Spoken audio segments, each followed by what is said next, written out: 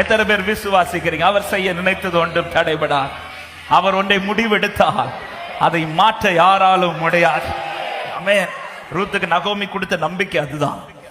Boaz தானே உனக்காக இந்த காரியத்தை செய்ய போயிருக்கிறாரு அப்படின்னா நீ தைரியமா காத்துரு. அவர் இதை செய்து முடிக்கிறது வரை அவர் என்ன பண்ண மாட்டாரா? ஆமென். ரூத்துக்கு நகோமி கொடுத்த நம்பிக்கை இந்த காரியம் நிறைவேறுங்கிறது எதை வச்சு சொல்றாருன்னா, போவாஸ் தானே போயிருக்கிறாரு. அவன் வேற யாரையாவது இந்த காரியத்துக்காக உனக்கு போயிருந்தாங்கன்னா உனக்கு இருக்கிற டவுட் எனக்கும் இருந்திருக்கும். ஆனா இந்த காரியத்துக்காக உனக்காக போவாஸ் போயிருக்கிறார்னா நீ கவலைப்பட தேவையில்லை.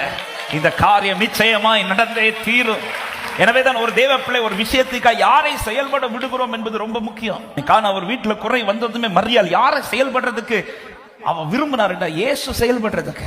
வேற யார் அந்த இடத்துல செயல்பட்டு இருந்தாலும் அவன் ஒரு நிறைவான ஒரு அனுபவம் அந்த இடத்துல உண்டா இருக்குமான்னு கேட்டா, அதனாலதான் மரியாள் உடனே அந்த வீட்டுல இயேசு மட்டுமா இருக்கிறார், எத்தனையோ பேர் இருக்கிறாங்க.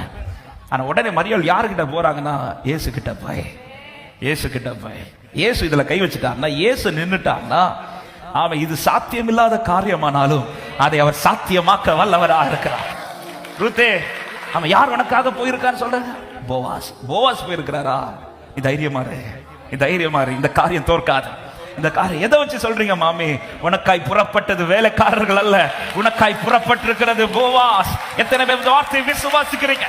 எனக்காய் நிற்கிறது சாதாரணமானவர் அல்ல.